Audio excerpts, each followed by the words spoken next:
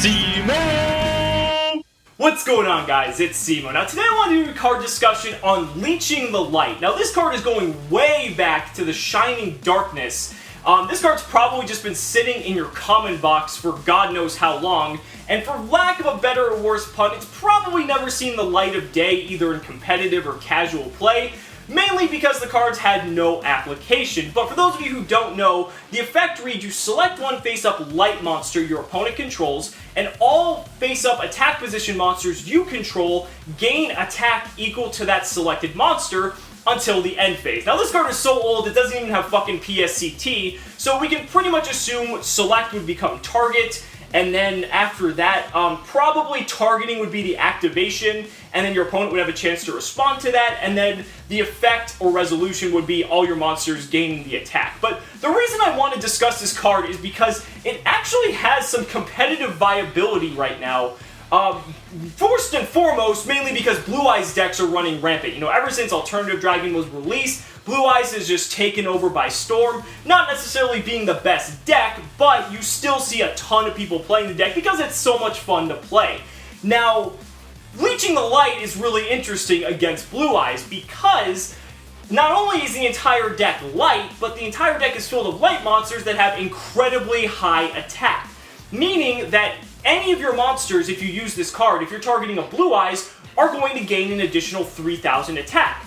Now, why that's insane is because you could, in theory, Pendulum Summon a board of 5 monsters, activate Leeching the Light, target a Blue Eyes, and you have just bestowed your board with an additional 15,000 points of damage that you can just easily OTK through whatever field they have, and more than likely win on that single turn. But that's just like a somewhat extreme example. You can do something as simple, say you're playing Monarchs, summon an Ether, use Ether's effect to summon another 2,800 attack Monarch, that's 5,600 total, use Leeching the Light, target a Blue Eyes, and that bestows an extra 6,000 damage, making a total of 11,600 damage, meaning you can attack through the Blue Eyes and deal over 8,000 damage and OTK them on that turn. So Leeching the Light now has the ability to become a one-card OTK if you have the ability to swarm your board with a lot of monsters, and if your opponent is playing big, gigantic light monsters, which there seem to be a lot of currently in the meta. I mean, Blue Eyes isn't the only deck that runs a lot of gigantic light monsters. There's also Monarchs, if you can manage to like bait out their Aether or bait out their Stormforth. Aether's 2,800 attack, and Kuraz is also light and at 2,400, and that's nothing to laugh at either, because if you take 2,400 and multiply that by 3 or 4, that's a lot of fucking damage, and that means that you can basically easily OTK them if they leave that card unchecked. It's not like they're gonna play around this fucking card. No one even knows of its existence until probably now.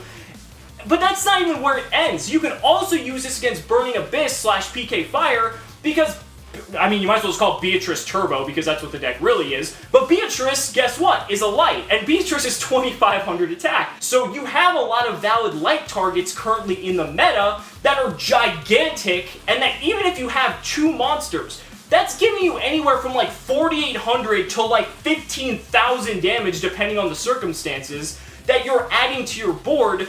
And as long as they don't have any back row or anything to stop you, like, this card is honestly, for one card, it's like an OTK in itself. And that's really fucking crazy that a card this old, that probably everyone thought was shit, you know, how long ago, now has the ability to become competitively viable. And I really love when this happens, because it's so funny that, like, you know, imagine it's Sneak Peek, everyone's opening their packs of Shining Darkness. Oh yeah, what'd I get? Leeching the Light, what's this shit? And they just like throw it or like tear it in half or something. And then now there's a card like this that potentially has a really valid side deck choice in the meta that people are probably going to be like considering and be like, huh, you know, this is actually somewhat decent. Like this card, like granted, this card isn't like insane, like it's not like the greatest card ever or anything, but it does actually have a lot of good application in the current meta, and that's really what I just wanted to share with you. It's a really cool card.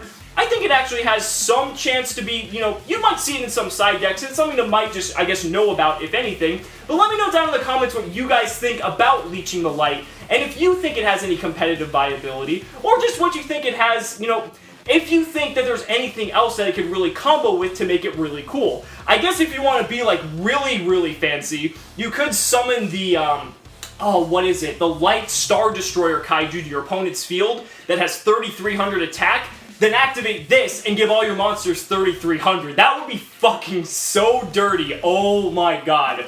I might just need to find a way to try that out. So, as always guys, thank you so much for watching the video. Be sure to like, comment, and subscribe.